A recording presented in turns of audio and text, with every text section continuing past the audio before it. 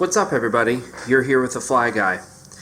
Alright, today I just wanted to take a little time to talk about one of my favorite fly patterns for carp. It's the Darth Vader Dark Hybrid Carp Fly. If you haven't subscribed to my channel yet, go ahead and hit the button below and throw me a like on the way out. I'm always posting new fly fishing and fly tying content. If you like what I'm doing here and you've learned something, feel free to give me a super thanks. That helps me to continue to deliver quality content and to bring you new fly fishing and fly tying videos. Alright, let's get into it. Okay, so the first thing that I wanted to go over with this pattern is basically the composition and how it's structured. The hook that I'm using is a short shank wide gap hook. It's a cheap hook actually, and I found it on eBay a few years ago. And the hooks are dirt cheap. It is a high carbon steel number 12. This, as far as a sizing comparison, I can't really give you one because fly hook size and the hook sizing standard in the industry, there really is none. So this can be difficult when you branch out of some of the big fly tying companies or fly hook companies. Is getting a size that is consistent and something that you can understand when you're buying it. I will provide links in the description below to this hook in various sizes. I use it not only in this fly but also other bass flies as well. And I'll be doing more fly tying videos on those patterns soon, so make sure that you subscribe and throw me a like on the way out. Okay, so that hook is really important because it's a short shank wide gap hook. You get really good hook sets with it. It's sharp, and it's hard for the fish to throw because it has a short shank. It cannot be used as leverage as much as a longer shank, maybe a larger nymph or traditional streamer hook, depending on the style of fly that you're tying. So when you set the hook using this style, typically your landing percentage will go up. Plus it makes a nice tight compact body, and it's a nice sized fly for a carp to take. The brass eyes that I use are fairly small. I also tie this fly with larger dumbbell eyes as well. You can do a lot by just changing up the size and style of those eyes. So keep that in mind when you're constructing this fly. If you fish different conditions that may require you to have, larger eyes to sink a little bit faster to reach fish that are a little deeper, go for it. That's the beauty of fly tying, is that what I'm giving you here, this is my fly pattern, but it could be a stepping off point for you to create something better or new that fishes your home waters and your fish that you target regularly. It might give you a leg up in developing something brand new. So when you're tying these to get the most out of this pattern, make sure that you vary the size of the dumbbell eyes that you use so you can have varied sink rates, and you'll be able to fish muddy water and clear water with this pattern just by varying the eye style, making sure that you're able to not make too big of a splash but yet sink deep enough to get down to those fish.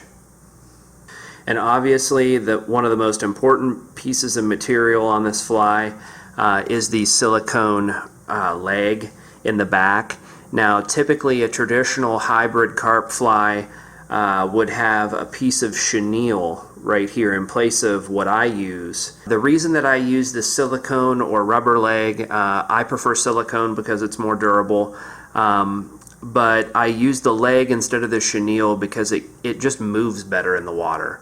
Rubber legs, especially when they're on their own, they don't need much to move. Slight movements in the water alone will get this rubber leg moving, and sometimes it just moves constantly.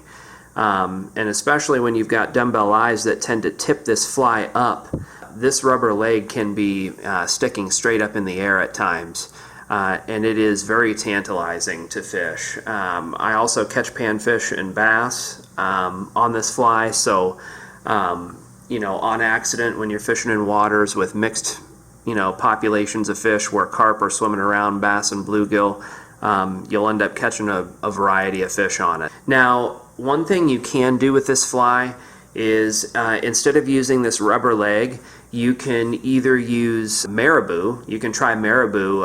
It's got a great action, so if you put just a few strands of red marabou there, that would work great. The only downside to that is that it will foul on your hook, and carp are pretty selective, so if the presentation isn't perfect, with marabou wrapping around the hook, you might have to check your fly more often.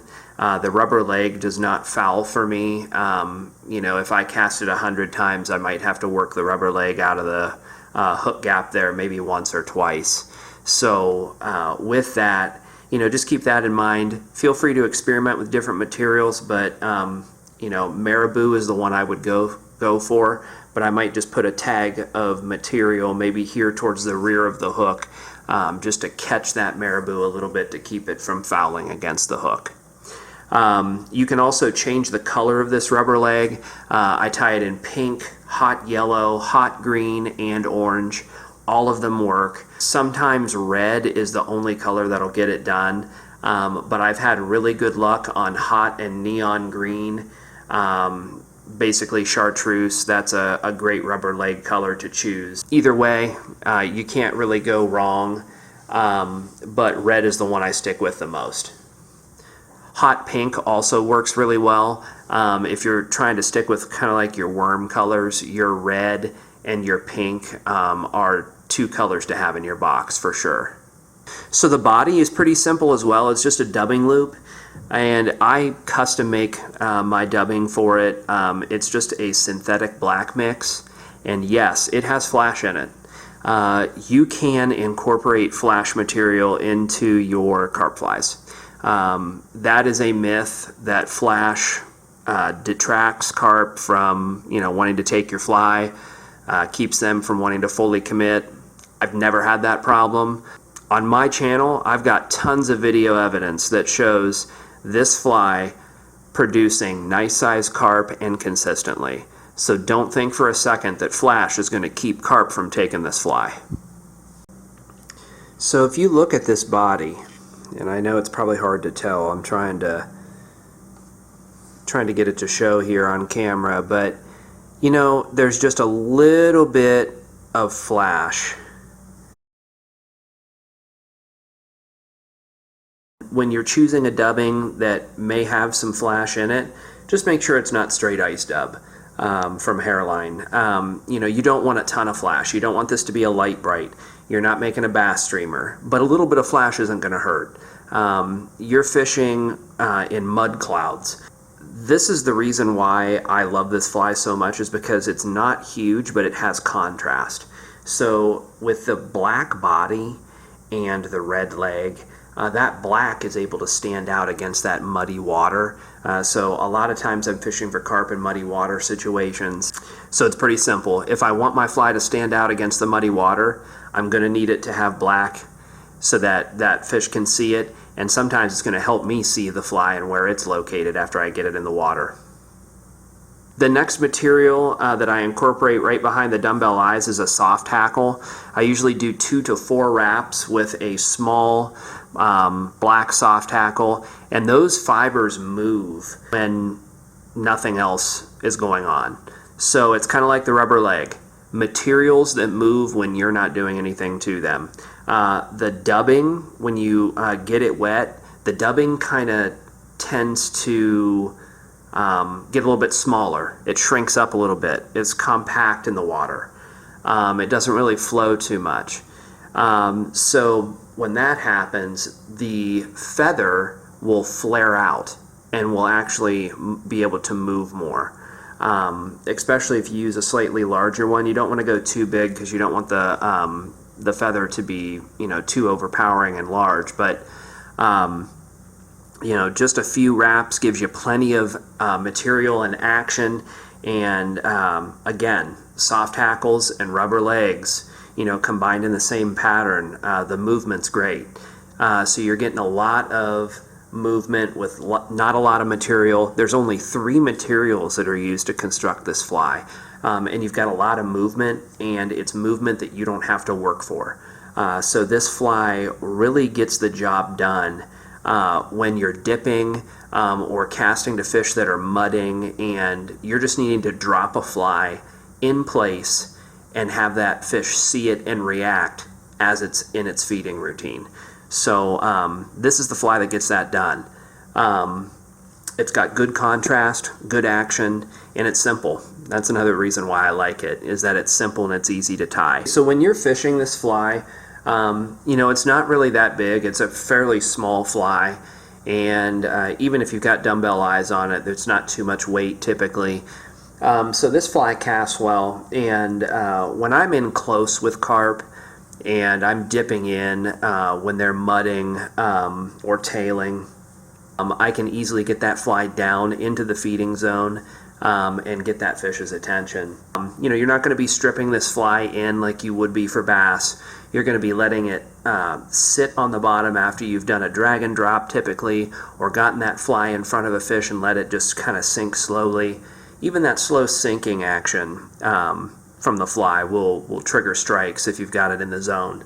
So having that high contrast of materials that move when you're not doing anything to the fly are going to help those fish react positively to it. And I attribute most of my takes from the material choice. So might not be much to it. It's only 3 materials, but it gets the job done.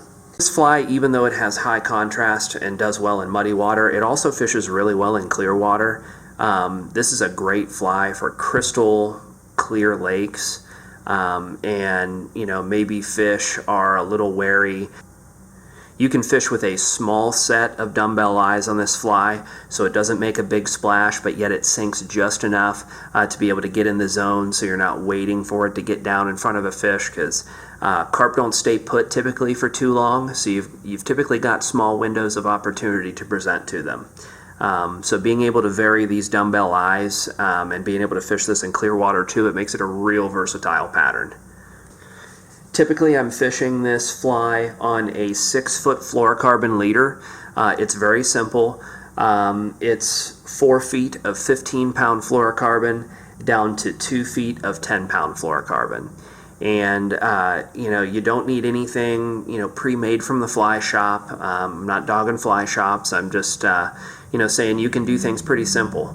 If you had a couple pony spools of fluorocarbon, little 100-yard spools of 15 and 10 pound, that would probably last you a couple seasons of carp fly fishing. Always want to use fluorocarbon because it sinks and becomes invisible under the water, and it's abrasion resistant.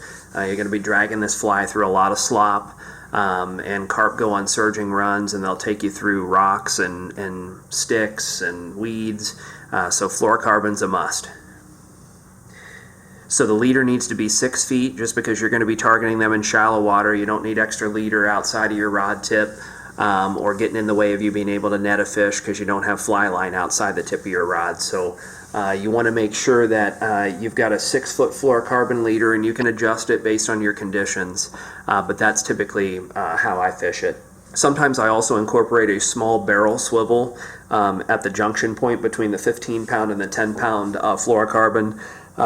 This helps me get down a little bit faster, sometimes without having to change up the size of the dumbbell eyes in case I've only brought one size of the fly with me. And also it makes tying tippet material on just a little bit easier and faster. So there are some benefits there, but yet again, you can tie your leader however you want. And then I'm usually fishing this on a floating fly line.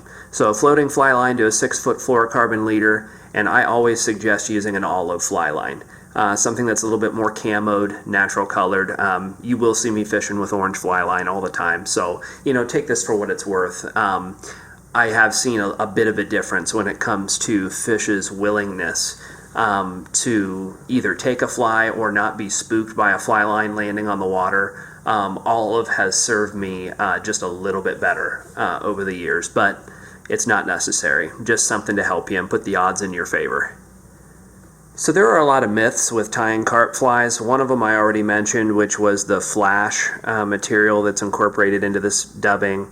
But the next one is how I finish the fly. I actually use nail polish. I either use Sally Hansen's or a colored nail polish. Here I've got a black nail polish on the head of this fly. It does not detract the fish from taking it one bit. Typically, and it can be the way that you dry and cure your flies that keeps fish from taking them for a certain period of time until those fumes evaporate. But with my flies, I cure them out in the open. So typically, if I tie them in the evening, overnight, they're good to go. If I feel that there might still be a little bit of a scent, I just rub the head of that fly in mud before I cast it, and that takes care of it. I've never had fish just blatantly refuse it, right out of the vise. But that's how I finish this fly. It's a great carp pattern. It's simple. It only requires 3 materials to tie it, and they're quick to tie. So, if you're low on your box and you need some flies for a trip, you can tie a bunch of these up without having to put in a massive tying session.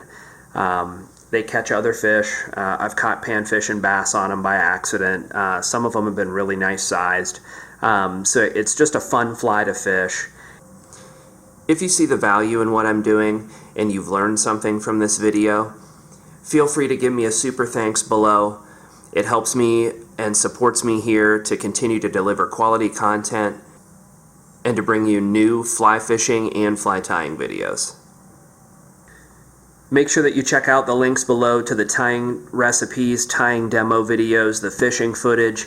You can check out more stuff on my website at tfgflies.com, where I'm constantly updating my digital fly box. All the flies that I fish and tie are going to be up there, and this is going to be for my lifetime. It's kind of my fly box project. And you can donate to that on my website. Again, it's linked below. It's tfgflies.com. If you like this video, go ahead and hit thumbs up. And if you haven't already, go ahead and subscribe to my channel for more fly fishing and fly tying content. Thanks again for watching, everybody. Take care, and we'll catch you next time.